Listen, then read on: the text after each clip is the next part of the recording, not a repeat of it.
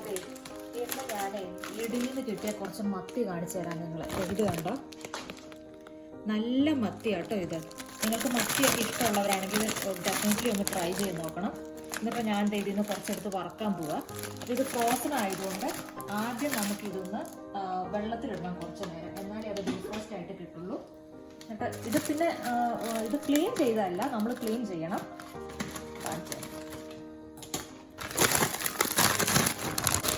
അത് വെള്ളം ഒഴിച്ചിടാം കുറച്ച് നേരം നമുക്ക്.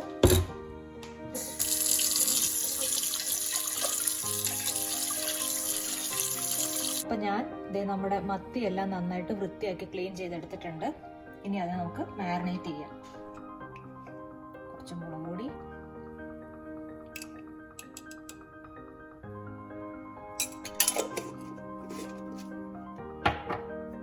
മഞ്ഞൾപ്പൊടി,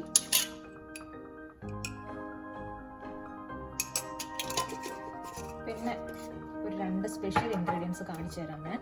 ഇത് കണ്ടോ, ഇത് ഗാർലിക് പൗഡറാണ്. അത് നമുക്ക് കുറച്ച് ആഡ് ചെയ്യാം.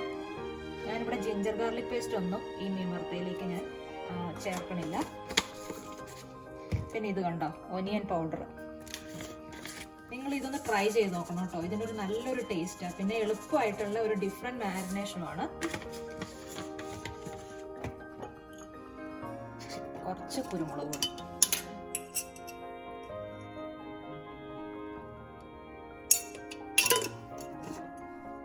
ആവശ്യത്തിന് ഉപ്പ് ചേർക്കാം.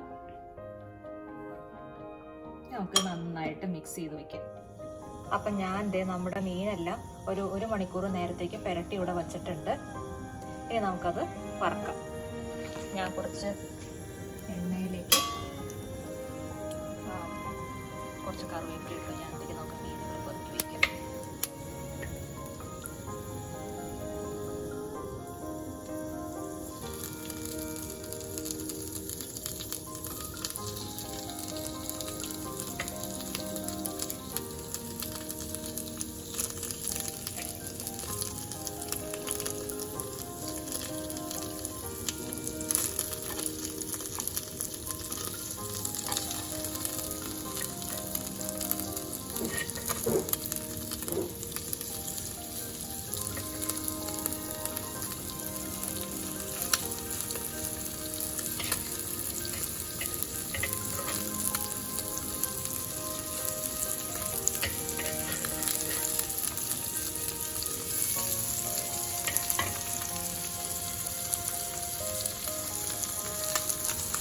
ചെറുതായിട്ടൊന്ന് മൂടി വയ്ക്കാം.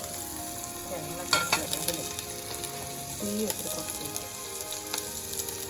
കുറച്ച് നേരം കഴിഞ്ഞിട്ട് നമുക്കത് മറിച്ചിടാം. അപ്പോൾ നമ്മുടെ മത്തി നന്നായിട്ട് ഇവിടെ ഫ്രൈ ആയി വന്നിട്ടുണ്ട്. അപ്പോൾ നിങ്ങൾ ഇതുപോലെ ഒന്ന് ട്രൈ ചെയ്ത് നോക്കണം കേട്ടോ, നല്ല ടേസ്റ്റാണ്.